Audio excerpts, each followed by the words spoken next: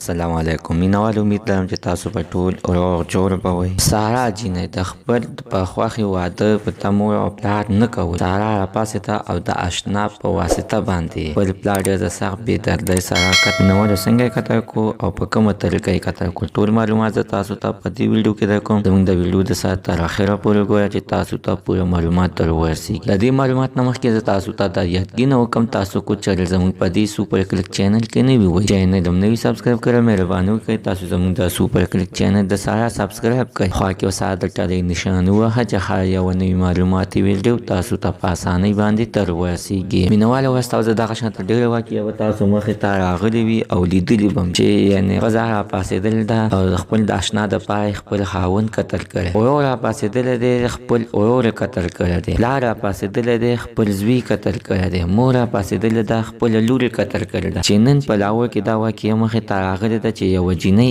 راپاڅېدلې ده او خپل پلار یې ډېر سخت بېدردۍ سره قتل کړی دی. عزتمنو دا یې د دغې د وجې نه قتل کړی دی چې د دې جینۍ دغه خلک خوښ و او دغه خلک سره یارانه د یو نیم کال نه وه او پلار یې ناراضه و په دغه په واده باندې چې هېڅکله به د دې خلک سره واده نه کوي. نو د دې جینۍ دماغو کار ونه کړو او خپل یار ته وویلې چې راوړه ما ته تمانچه یا څه راواخله، خو یار ولا تمانچه ورته راوانغسته نو خو د دغه د ارشد د دې جینۍ پلار نوم دی ارشد. د ده خپله تمانچه پرته وه که تمانچه یې راواغېستله لور او خپل پلار یې په سر باندې ویښ. عزتمنو زغټه خبره دا ده چې اوس د ارشد خپله ښځه یعنې دغه د جینۍ خپله مور هم په جیل کې ده، جینۍ په جیل کې ده او د جینۍ خپل اشنا هم په جیل کې دی. مینهوالو دوی ته د اخر کومه سزا ورکړل شي حتما نسه خپله رایې لاندې په کامنټ کې ولیکئ. زموږ د سره عزتمنو نننۍ معلومات د دې ځای پورې د نوي معلومات دپاره د سره زموږ د سوپر کلیک چینل د سره سبسکرایب کړئ خوا کې سره د ټلۍ نشان ووهئ چې هر یوه نوي معلوماتي ویډیو تاسو ته په اسانۍ باندې تر ورسیږي.